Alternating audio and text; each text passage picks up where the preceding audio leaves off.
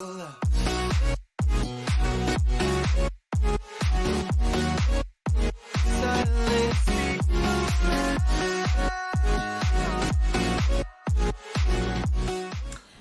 pessoal, tudo bem? Sejam todos bem-vindos ao canal Me Ajuda Aí. Meu nome é Juliette, a sua divulgadora científica aqui do YouTube, e hoje a gente está com uma presença ilustre e super especial, que é a presença do professor Dr. Eduardo Malavasi. O professor Eduardo Malavasi é professor e coordenador do curso de Ciências Biológicas da Anclivepa. Então, se você estiver interessado aí em cursar, Ciências Biológicas, Biologia, quer ser biólogo, eu garanto para vocês que essa universidade é super renomada e é super legal estudar lá. Os professores são super competentes, os alunos super interessados.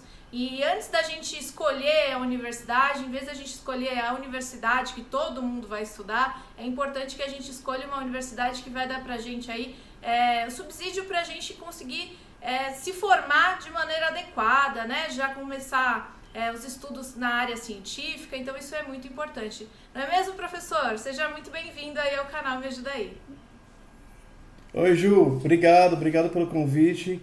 Exatamente, a Faculdade Anclivepa, ela é excelência no curso de Ciências Biológicas, e eu, como coordenador, eu posso afirmar que é um dos melhores cursos que tem na cidade de São Paulo.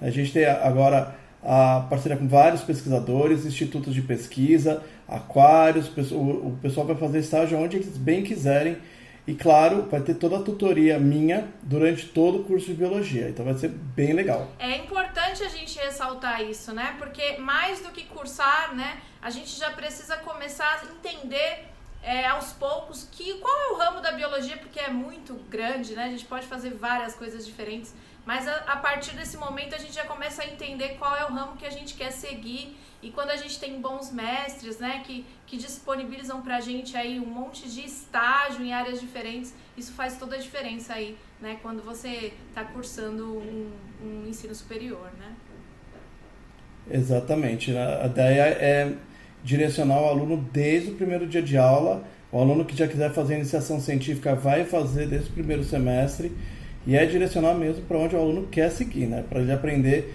desde o começo e vai direcionando, como eu fiz. Só que eu fiz independente na minha graduação, mas agora vai contar com a ajuda do coordenador para poder caminhar junto, Nós vamos caminhar de mão dadas agora, nessa trilha.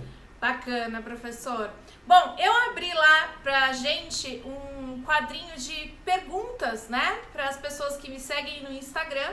E aí eu quero fazer essas perguntas. Perguntas sobre tubarão, que eu tenho certeza que você vai saber responder com os pés nas costas, que você é muito bom nisso.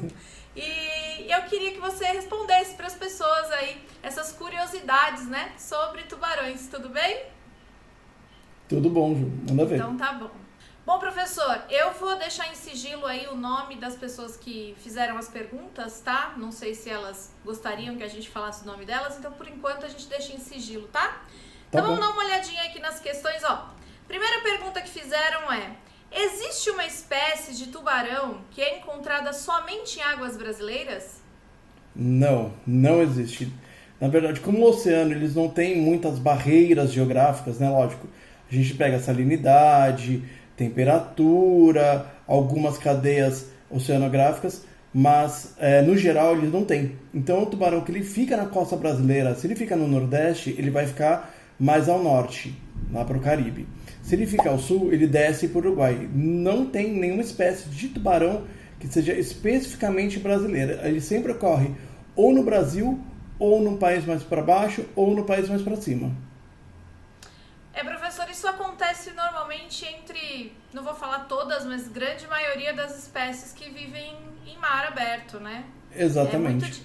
Tanto é que é muito difícil a gente preservar, trabalhar com preservação de espécies por conta delas ficarem indo aí para vários lugares diferentes do globo, Exatamente. Já teve uma preservação, tentaram fazer uma preservação do tubarão azul, o pessoal do Rio Grande, acho que, se eu não me engano, foi um desembargador do Rio Grande que ele fez uma portaria que não poderia desembarcar nenhuma peça de cação azul no Rio Grande. Mas o mesmo tubarão que existe no Rio Grande, ele pode ser pescado no Uruguai.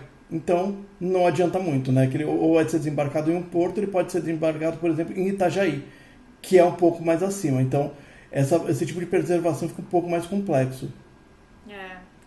Eu imagino, é muito complicado trabalhar com preservação de espécie marinha mesmo por conta disso, né?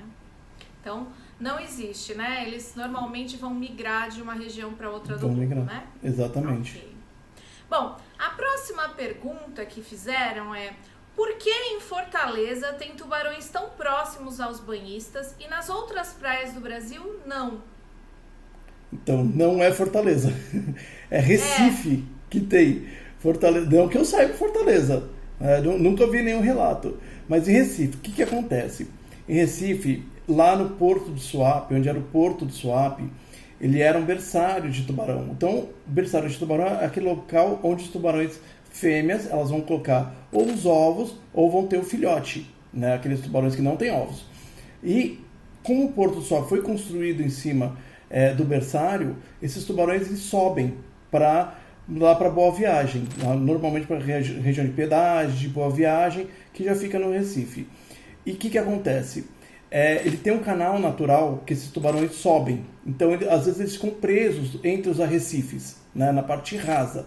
E também existem alguns relatos que na Praia de Piedade tinha um matadouro e sangue. O matadouro, essa água, o sangue era levado para o rio deságua no mar, e sangue e tubarão tem tudo a ver, né? O tubarão se atrai pelo sangue, né? Ele consegue pegar uma partícula por 1.000.000. Então, esse tubarão ele era atraído até lá e ele pega esse canal natural, ele acaba subindo até Recife, fica preso nos arrecifes, por isso que tem muito incidente de tubarão lá. Ah, entendi. Então a gente tem 2 motivos aí aparentes de acontecer essa proximidade entre os tubarões e os banhistas, né? Eu acho que ela errou mesmo a localização, talvez, né? Exatamente. Recife, né?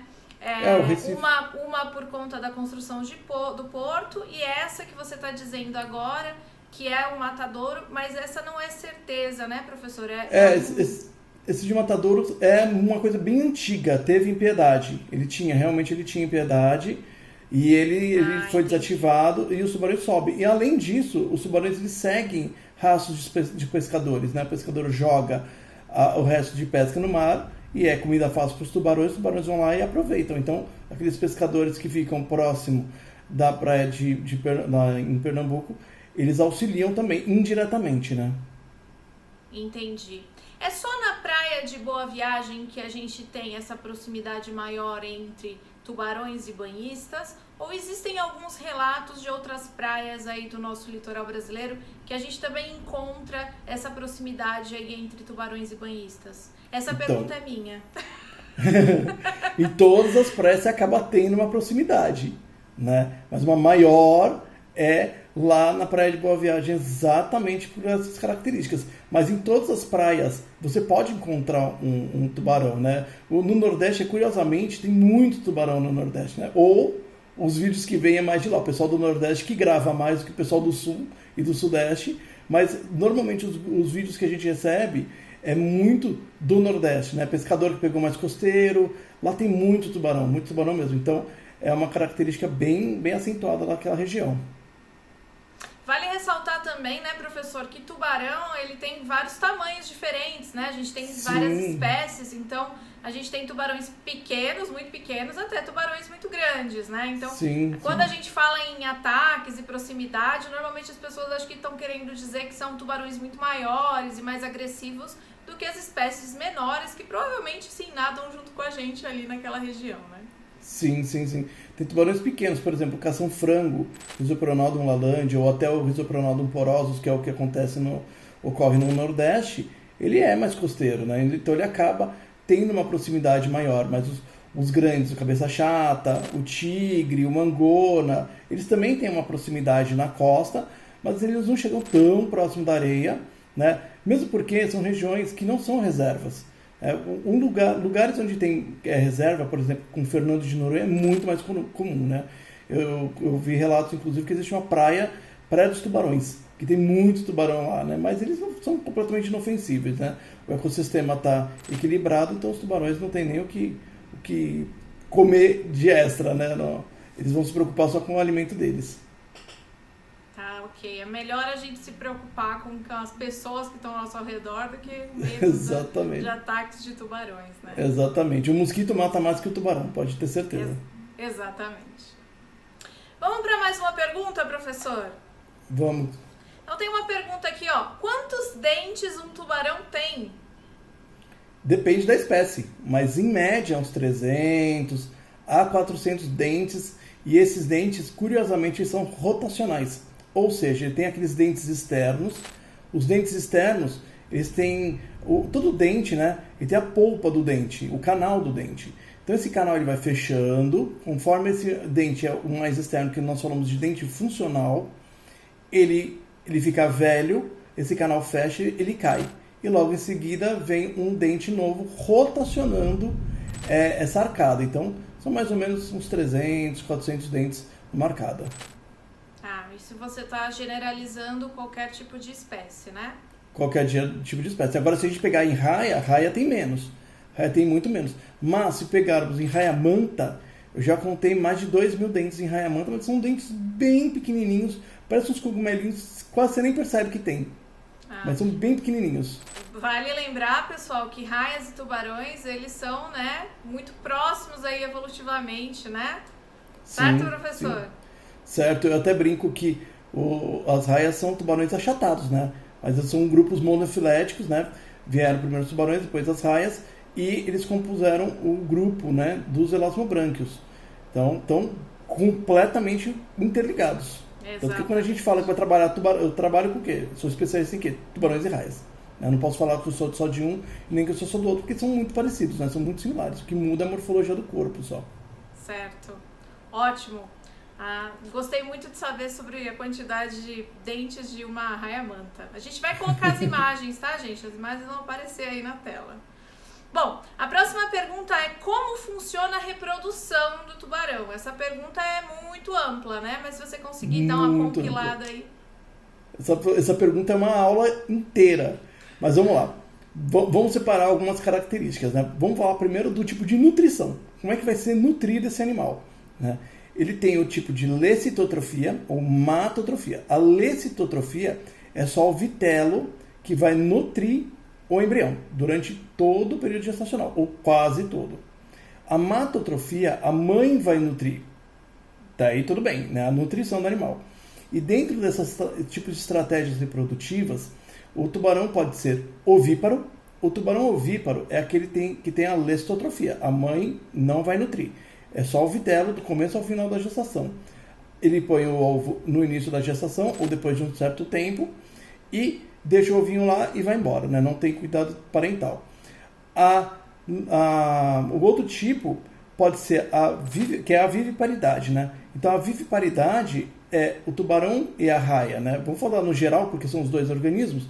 Eles ficam dentro do útero da mãe e eles só saem quando eles estiverem completamente prontos. Neste caso, eles têm no início da gestação a lecitotrofia, ou seja, a nutrição pelo vitelo, que é como se fosse a gema do ovo, e depois, no meio da gestação, algumas espécies eles podem ter um suplemento alimentar da mãe. Por exemplo, um dos complementos é a oofagia, que a mãe começa a ovular soltando os ócitos para o útero, ele vai comer os ócitos. Outro é a nutrição pelo embrião, ele come o irmãozinho mais novo, né? O irmão mais velho vai comer o irmão mais novo. Outro. Essa conversa em sala de aula deixa os alunos assim chocados. Eles acham estranho, né? Mas o tubarão-mangona faz isso. O tubarão-mangona é um dos que comem o canibalismo intrauterino, né? Tem vídeos no YouTube. A gente tem que entender que é a lei da sobrevivência, né, evolutiva desde o início, né? Exatamente. Tem vídeos no YouTube já mostrando, né? O pessoal os tubarões fazendo isso. Outra característica também, a mãe, ela pode soltar, isso ocorre bastante em raia, né? Nas miliobatiformes, que são a retcon, a raia-manta, elas podem soltar um leite, né? Como se fosse um leite, é um lipídio bem nutritivo que sai do útero, não é leite porque não tem glândula mamária, né? Mas é como se fosse um leite, ela vai soltando e nutrindo o embrião. E outra, que é a que eu mais gosto, que eu deixei por último, é a placentotropia, que é placenta. sim, tubarão tem placenta também. Ele vai no início da gestação, até isso tubarão azul, né, que é o que eu estudei. A mais ou menos com 14 centímetros, ele se nutre do vitelo, depois ele pluga a placenta na parede do útero e vai nutrindo, a mãe vai nutrindo o embrião até o final da gestação, depois ele nasce normal. E esse tubarão, apesar dele ter placenta, ele não pode ser considerado um mamífero? Não pode, não pode. Mesmo porque nos livros de biologia não está escrito que só mamífero tem placenta. Mas não, serpente também tem placenta. Né? E existe um peixe ósseo lebiste que também tem uma placenta como se fosse uma placenta. Né? Que o pessoal fala placenta, mas é uma pseudoplacenta. A do tubarão é uma placenta muito mais similar. Ela é similar com a dos suínos, que é um tipo epitélio corial, né? Que o pessoal da veterinária chama. Ela é muito similar ao suíno, mas é estranho da gente falar, né? Grupo taxonômico completamente diferente, bem distante um do outro, com a mesma característica, né? Na verdade, para ele ser chamado de mamífero, né? A característica de um grupo mamífero, ele envolve várias características juntas, não é só uma, né? Por isso, ter placenta e não ter as outras características não faz com que essa espécie consiga entrar dentro do grupo de mamíferos, né? Mas sim, é muito sim. interessante observar isso, porque a gente vai entendendo aquilo que o biólogo passa a vida explicando para os seus alunos, né? Que é a evolução acontecendo e não de maneira linear, né? A evolução Exatamente. vai surgindo, né? Como se fosse uma árvore evolutiva. Exatamente. A evolução é contínua. É contínua, exatamente. Ok, então vamos para mais uma pergunta. Professor, como é que funciona a fecundação, né? Como que acontece aí esse encontro entre o macho e a fêmea? Tem uma dança do acasalamento? Como é que acontece isso? Então, é muito engraçado, Ju. Os machos, eles vão atrás das fêmeas, igual os cachorros, né? Lembra? Vocês estão andando na rua, vocês veem uma fêmea, vê um monte de macho atrás, já sabe que a fêmea está no cio. E nos tubarões não é diferente, né? Os tubarões, a fêmea está nadando e os machos vão nadando atrás. O macho morde a fêmea, dá uma mordida ou na nadadeira ou até no corpo da fêmea, que ele é revestido com uma camada grossa de gordura para não machucar a musculatura. E essa marca que fica depois é muito importante para a gente, porque a gente sabe que é uma marca de cópula, como nós falamos. Se fosse bom, esse tubarão foi fecundado recentemente ou não tão recente, né? Porque a cicatrização deles é muito rápida. Então, por exemplo, eu vejo marca de cópula, por exemplo, no arquipélago de Martim Vaz Trindade. Então eu sei que essa região ela é uma região onde tem cópula de uma determinada espécie de tubarão. Então isso é muito importante. A gente pode, inclusive, trabalhar com esses dados, né, para fazer publicações, etc. Outra característica, o macho morde, a fêmea entra em mobilidade tônica, né, ou seja, ela fica meio bobona lá, ela até cai, né, no substrato, e o macho coloca o clasper dentro da fêmea e ejacula lá dentro, né? O espermatozoide ele fica na bolsa, no saco espermático, que fica na região inguinal dos tubarões, e ele vai bombear esse espermatozoide para dentro da fêmea. Então ela fica louca de amor, paralisadona lá, aí ele Exatamente. introduz o clasper e esse amor hoje em dia seriam todos presos, né? Porque é um amor muito bruto, né? Essas mordidinhas de amor aí. Tá certo, exatamente. Professor. Bom, tem mais pergunta aqui, ó. Tem uma interessante que fala assim, inclusive, sobre o que a gente está conversando. Tubarão tem 2 pênis, professor? Tem. Na verdade, não é chamado de pênis, é de clasper ou mixipterige. E sim, tubarões têm 2, mesma proporção do que os úteros. As fêmeas têm 2 úteros, tubarões têm 2 testículos e 2 clasperes. Tá. Então eles têm clasper, né, pessoal? Não é pênis, tá? O nome que se dá, né? Exatamente. Ok. Temos mais perguntas aí, ó. Morro de medo de surfar por conta dos tubarões. Meu medo tem fundamento? Não, ele já te viu faz tempo. Quando você vê um tubarão, ele já te viu. Então, se ele quiser te morder, ele vai te morder de qualquer maneira. Mas eles não mordem à toa, né? Eles dão algumas mordidinhas investigativas. Essa é como o nosso tato, né? Nós vamos tatear, eles dão mordidinhas investigativas. Só que essas mordidinhas com 300 dentes, né? É uma mordidinha, eu diria, um pouco perigosa, né? No caso. Mas não fique com medo, não. Dependendo da região. Só não surfa muito em Recife, né? Porque lá é uma região que não é muito boa para isso, né? Surfar na praia de Boa Viagem já dá um pouco mais de medo, né? Exatamente. Ali, como eles não têm mão, né? Eles vão sentir aí pela boca. Então quer dizer que a hora que você viu um tubarão, ele já te viu faz tempo, né? Já te viu faz muito tempo. Mas rola essa conversa entre, que a gente escuta muito, né? Dos surfistas sendo atacados por tubarão, mas não responde não, professor, porque essa pode ser uma pergunta de um próximo vídeo ou quem sabe de uma live aí, tá? Boa. Deixa no ar. Exatamente. Vamos lá para a última pergunta. A última pergunta é uma pergunta que eu gosto bastante, que é: o megalodon existe ou ele já existiu, professor? Megalodon não existe e sim, já existiu. Tem inúmeros fósseis de megalodon. A gente vê muito na Austrália, na Nova Zelândia, são regiões que tem muito fóssil de dente, né? Que é o que sobra. Porque o resto é tudo cartilagem. O dente, ele é um tecido um pouco mais diferenciado, né, de origem térmica, e é a única coisa que sobra, dente e vértebra. Já foi encontrado inúmeros dentes de megalodon, mas ele, infelizmente ou felizmente, não existe mais. É um mito. Isso é certeza absoluta. Por todas as características oceanográficas que nós temos agora, é uma certeza absoluta. Tá. Você podia explicar um pouquinho o que seriam essas características?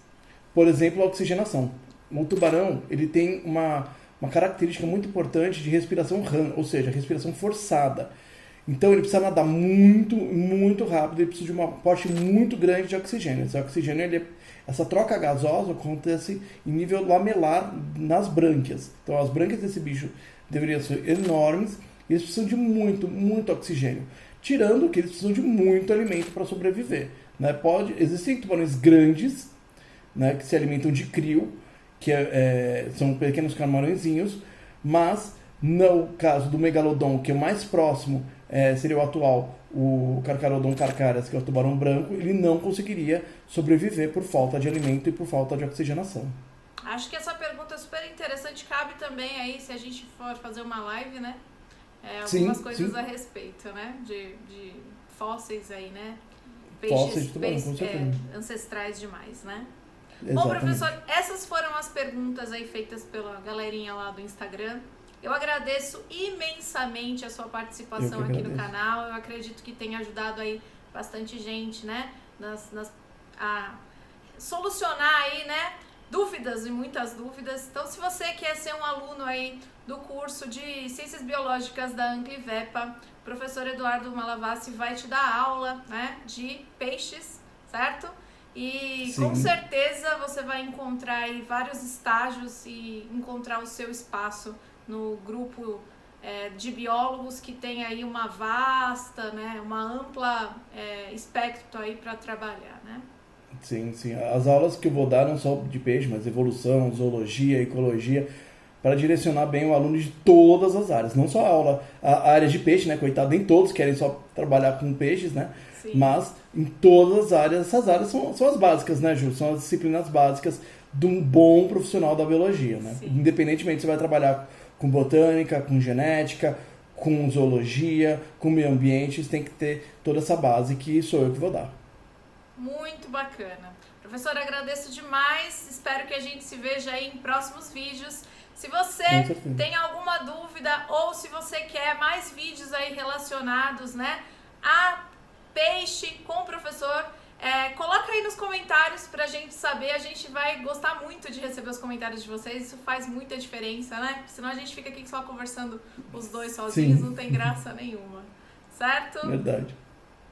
Muito obrigada. Espero vocês. Não esquece de deixar sua curtida, não esquece de deixar seu comentário. Não esquece também de ser inscrito do canal Me Ajuda Aí. Um beijo, pessoal. Até a próxima. Tchau, tchau.